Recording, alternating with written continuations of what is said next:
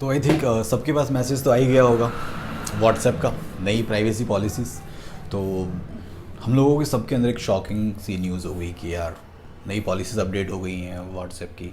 उसके अंदर वो डेटा शेयर करने की बात कर रहा है फेसबुक के साथ। लेकिन जब ये मैसेज सबके पास आया होगा तो किसी को ऐसा लगा नहीं होगा कि यार ये क्या चीज़ है। तो कई लोगों ने उसको एग्री मार दिया होगा, कईयों ने लेटर कर दिया, कई को लगा होगा कि भाड़ में जा।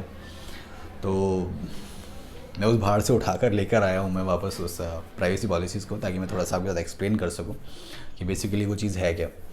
और जब मैं इस चीज़ को आपके साथ एक्सप्लेन कर चुका हूँगा तो शायद कईयों को लगेगा कि यार वो भाड़ के लायक तो नहीं थी, वो डस्टबिन के लायक है, तो उसको रिमूव मार देना चाहिए। लेकिन ना, तो दोस्तों पहले जो प्राइवेसी पॉलिसीज़ थी व्हाट्सएप की, तो उसकी पहली लाइन के अंदर ही वो लिखता था कि प्राइवेसी उनके डीएनए के अंदर है। लेकिन आज जब हम नई अपडेशन आ चुकी हैं उनकी प्राइवेसी पॉलिसीज़ के अंदर, तो वो लाइन गायब है। मतलब अब उनके अंदर डीएनए ही नहीं है, या फिर डीएनए मैच ही नहीं कर रहा। इस अपडेट के बाद में उनकी जो पहली लाइन है उसके अंदर वो साफ कह रहे हैं कि हम फेसबुक की कंपनी हैं और फेसबुक हमारे अन्नदाता हैं, फेसबुक उन्हें चला रहे हैं व्हाट्सएप को। तो वो सारी इन्फॉर्मेशंस फेसबुक के जो प्रोडक्ट्स हैं उनके साथ शेयर करेगा। प्रोडक्ट्स इज़ लाइक कि फेसबुक, इंस्टाग्राम और जो भी फेसबुक से रिलेटेड मार्क जुकरबर्ग जो चला रहे हैं उनको, तो उनसे रिगार्डिंग उनके साथ शेयर करेगा। वो क्या क्या शेयर करेगा व्हाट्सएप ने अपनी प्राइवेसी पॉलिसीज़ के अंदर पूरा मेंशन करके दिया है। और उन्होंने कहा है कि वो आपके नाम, मोबाइल नंबर, आपके इंटरेस्ट, लोकेशंस और आपके फ़ोन की इन्फॉर्मेशन, कि बेसिकली आपके फ़ोन कौन सा है आपके पास, क्या स्टोरेज है उसकी, और आप कहाँ जाते हैं, कहाँ घूमते हैं, वो सारी चीज़ें अब वो फेसबुक के साथ शेयर करेगा। अब बेसिकली इस व्हाट्सएप का मोटो क्या है अपनी पॉलिसीज़ के अंदर इस तरह चेंज करने का। हालांकि दोस्तों उससे पहले हम लोगों को लगता था कि व्हाट्सएप बहुत ही सिक्योर ऐप है, इसलिए गवर्नमेंट भी अपने कुछ एक्टिविटीज़ व्हाट्सएप के थ्रू चला रही थी, एंड बिजनेसेस चल रहे थे, ऑनलाइन बिजनेस चल रहे थे, और पर्सनल यूज़ तो हम कर ही रहे थे, just like chatting, video calls, and I think कुछ ज़्यादा ही पर्सनल, समझ लो। लेकिन अब जैसे ही पता चला कि इन पॉलिसीज़ के अंदर ये सब चीज़ें, हमारी फट गई, आई मीन आंखें फट गई हमारी देख के कि क्या चल रहा है। तो अब बिल्कुल क्लियर कर दिया है व्हाट्सएप ने कि आपको ऐसे असमंजस में रहने की ज़रूरत नहीं है कि मैं क्या क्या छुपाऊंगा या क्या नहीं। जैसे कि रिया चक्रवर्ती की जब चैट्स बहुत ज़्यादा आ गई थी तो लोग डाउट में थे कि यार व्हाट्सएप तो इनक्रिप्टेड बताता है, फिर ये चैट्स कैसे बाहर निकल कर आ गई। तो अब आपको ऐसे टेंशन में रहने की ज़रूरत नहीं है, क्योंकि व्हाट्सएप ने कहा है कि हम लेंगे, मतलब क्या कर लेंगे। अब फेसबुक आपकी इन इन्फॉर्मेशंस का क्या करेगा। सपोज़ जैसे लाइक मैं एग्जांपल की बात करूं कि मैं एक इवेंट मैनेजर हूं, और अगर मेरा इवेंट का काम है तो मैं अगर व्हाट्सएप के अंदर, मैं चैट के अंदर इवेंट संबंधी में बातें कर रहा हूं, तो जब मैं अपना फेसबुक स्क्रॉल करूंगा तो मुझे इवेंट से रिलेटेड ऐड शो करना चालू करेगा, ताकि मुझे लगे कि भाई मेरे इंटरेस्ट की चीज़ें वो शो कर रहा है और मुझे थोड़ा रिलेवेंसी लगे उन चीज़ों में। तो कुछ यही मोटो है, ताकि फेसबुक और व्हाट्सएप दोनों सिंक्रनाइज होकर एक बहुत अच्छा प्लेटफॉर्म दे सकें आपको, ये उनका मकसद है।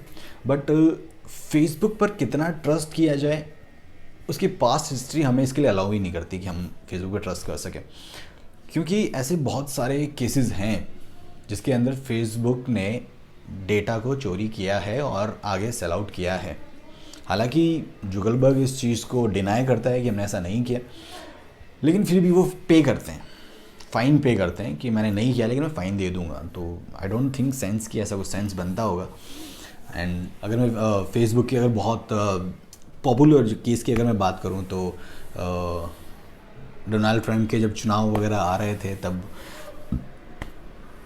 कुछ ये चीज़ें रही थी सामने, तो उसको एक्सप्लेन नहीं करना चाहता मैं अभी।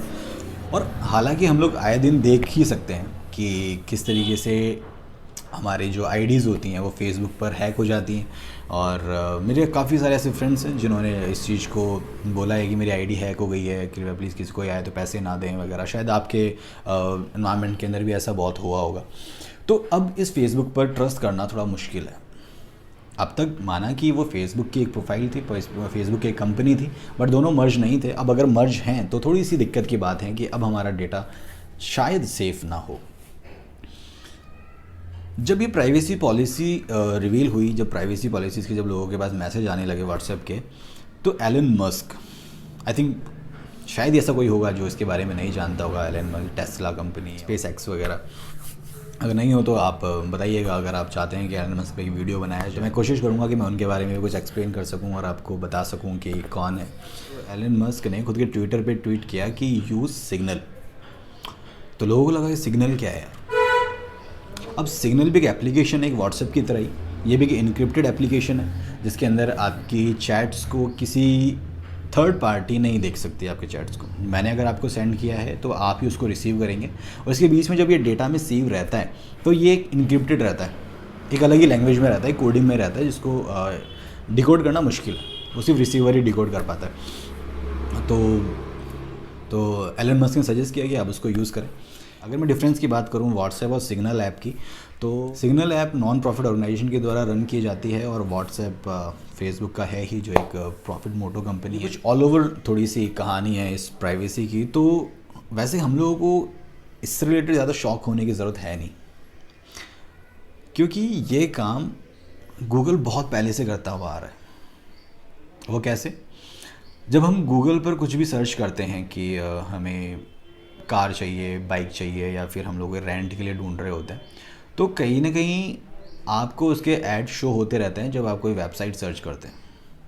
या फिर एक बहुत शॉर्ट एग्जांपल से मैं समझाऊँ कि अगर आप यूट्यूब पर कोई प्रॉपर एक कैटेगरी का वीडियो देखते हैं तो आपको कंटिन्यूसली आपको उसी से रिलेटेड सारे वीडियो शो करना शुरू कर देता है। तो यही है कि आपके इंटरेस्ट को कैच करके वो आपको प्रेजेंट करते हैं ताकि आपको ज़्यादा भटकना ना पड़े और एक ही जगह पे आपको सारा डेटा मिल सके। तो उनका वर्क है कि उसको स्मूथ रन करें, लेकिन कुछ मिसयूजेस होते हैं और जो फेसबुक के द्वारा किए भी गए हैं। और अगर आप ऑलरेडी फेसबुक पे हैं, अगर इंस्टाग्राम पे हैं, तो ऐसे कोई डरने की ज़रूरत नहीं है कि हमारा डेटा चोरी हो जाएगा या फिर हमारी प्राइवेसी नहीं रहेगी। वो फेसबुक आईडी बनाने के साथ ही ख़त्म हो चुकी थी आपकी। अब व्हाट्सएप को सिंक्रोनाइज़ करने का सिर्फ मकसद इतना सा है कि वो अपडेट रहेगा कि आप क्या कर रहे हैं। ओके, और क्योंकि हम लोग फेसबुक से ज़्यादा व्हाट्सएप पे अपडेट होते हैं। हर 10 मिनट के अंदर हमें व्हाट्सएप चेक करना होता है, क्या आया क्या नहीं आया। हम लोग कुछ बना रहे हैं तो हमें स्टेटस डालना होता है, किसी से रूठ गए तो स्टेटस डालना होता है, ठीक है, कुछ अचीव कर लिया तो स्टेटस डालना होता है। तो अब फेसबुक को बिल्कुल अपडेट रहेगा हर एक सेकंड में कि आपको क्या ज़रूरत है। तो वो अपना प्रॉफिट कमाने की तरफ पूरा ध्यान दे रहा है। और अगर आपको लगता है कि आपकी प्राइवेसी बहुत इंपॉर्टेंट है या फिर आपका जो डेटा है वो बहुत ज़्यादा इंपॉर्टेंट है, तो आप उसको डिलीट कर सकते हैं। और डिलीट करने के बाद फिर आप यूज़ क्या करेंगे? सिग्नल ऐप या फिर टेलीग्राम। जो टेलीग्राम भी एक ऐसा ही प्लेटफॉर्म है, end to end encryption provide करवाता है आपको। लेकिन कब तक? शायद कल को कोई नई एप्लीकेशंस निकल के आ जाएं या फिर नई पॉलिसीज़ निकल के आ जाएं, तब वो कहेंगे हम भी आपका डेटा चोरी करेंगे। तो शायद टेंशन्स वाली बात है हमारे लिए कि यार इस तरह कैसे। अगर आपका डेटा सेफ़ रहे, अगर आप प्राइवेसी में रहें, तो सबसे सिंपल सॉल्यूशन है एक कि अपना मोबाइल हटाइए।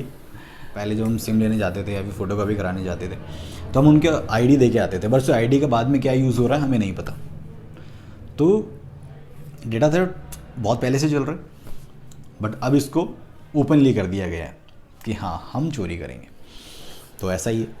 तो आई थिंक मैं कुछ मोटा मोटा सा आपको समझा पाया हूँगा कि, और आप एनालिसिस कर पाएंगे कि आपको क्या करना है और क्या नहीं। आपको व्हाट्सएप की एप्लीकेशन रखनी है, उनके टर्म्स एंड कंडीशन को एग्री करना है या नहीं करना है, वो आपके ऊपर। तो इन शॉर्ट मेरा आप लोगों से यही कहना है कि डिपेंडेंट ना रहें प्रॉपर किसी के एप्लीकेशन पे। और इसी तरह हम शायद कहीं ना कहीं डिपेंडेंट हो गए थे व्हाट्सएप पे। अब जैसे नई पॉलिसीज़ जैसे अपडेट हो रही हैं तो हमें एहसास हो रहा है कि यार डिपेंडेंसी कितनी गलत है। तो सेम अगर कुछ दूसरा एग्जांपल मैं दूं तो जियो की सिम, जैसे स्टार्टिंग में जब जियो आने लगा था तो वे फ्री है, तो हम सब ने अपने सारे मोबाइल जो नेटवर्क प्रोवाइडर्स हैं उनको हटा के हम लोग सब जियो पे स्विच हो गए थे। और आज वही प्लान्स जियो के भी इतने ही महंगे हैं। तो ये एक मार्केटिंग का इनका प्लान है कि पहले आपको डिपेंडेंट बनाना है, आप उसके बहुत ज़्यादा आदी हो जाएँ तो फिर वो अपना पत्ता इक्का निकालते हैं। और तो इसलिए डिपेंडेंट होना बंद करें। और जब मोबाइल नहीं थे तब इंसान ज़्यादा खुश थे। तो आई होप कि इन एप्लीकेशन से डिपेंड ना होकर अपनी लाइफ पे थोड़ा सा फोकस करें। और मैं वेद अलोरिया, और आपसे फिर से मुलाकात होगी एक नए टॉपिक के साथ। तब तक के लिए अपना ध्यान रखें, खुश रहें। जय हिंद।